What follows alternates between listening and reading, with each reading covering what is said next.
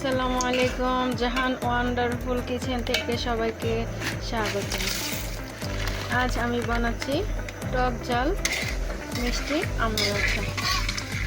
একটা কড়াইতে তেল দিয়েছি, দিয়ে কিছু পাঁচফোড়ন দিলাম।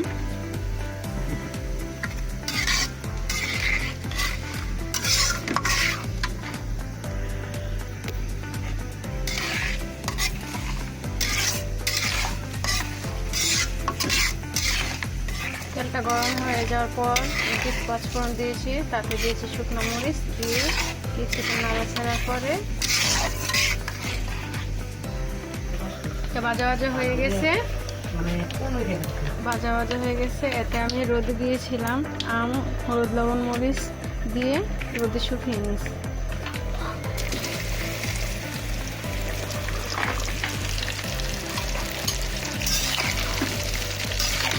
তারপরে এটাকে তেলের মধ্যে ভেজে নিব কিছুক্ষণ।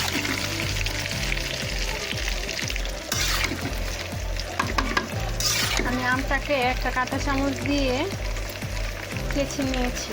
এতে করে কি তেল মশলা সব কিছুই ডুববে, আমার খেতে খেতে অনেক সুস্বাদু হবে, মজা হবে।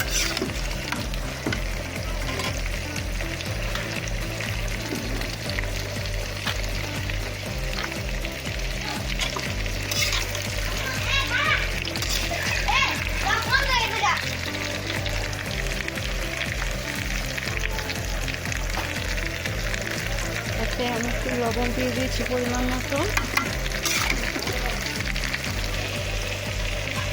আমের কালারটা চেঞ্জ হয়েছে, এখন বুঝতে হবে এটা ভাজা ভাজা হয়েছে। তার থেকে বেশি ভাজলে আমটা গলে যেতে পারে।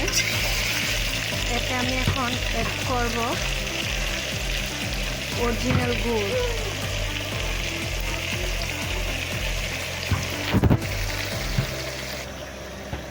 গুড় দেওয়ার পর ভালো করে নাড়াচাড়া করে মিশিয়ে নেব। আপনারা চাইলে চিনিও দিতে পারেন।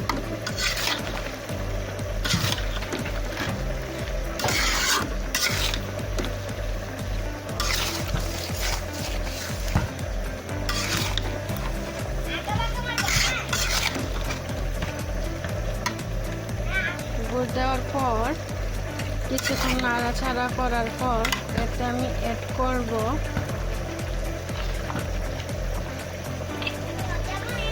এক চামচ রসুন বাটা,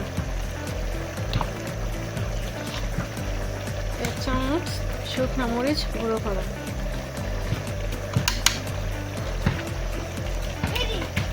তারপরে দিয়ে দিব গুঁড়া করে পাঁচফোড়ন। এই পাঁচফোড়নের সাথে আমি আরও 3টে জিনিস এড করেছি, এলাচ, দারচিনি, তেজপাতা।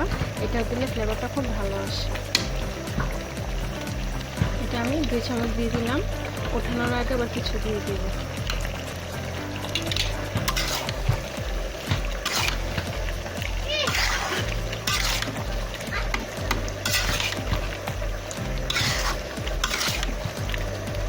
দিয়ে ভালো করে নাড়াচাড়া করে হয়ে আসলে নামানোর আগে আমি ভিনেগার দিয়ে নামিয়ে ফেলব। এতে করে আমটা নষ্ট হবে না, ভালো থাকবে। তো আজ এই পর্যন্তই। আল্লাহ হাফেজ। আবার দেখা হবে অন্য কোনো দিন অন্য আরেকটি রেসিপি নিয়ে। সবাই ভালো থাকবেন। আল্লাহ হাফেজ।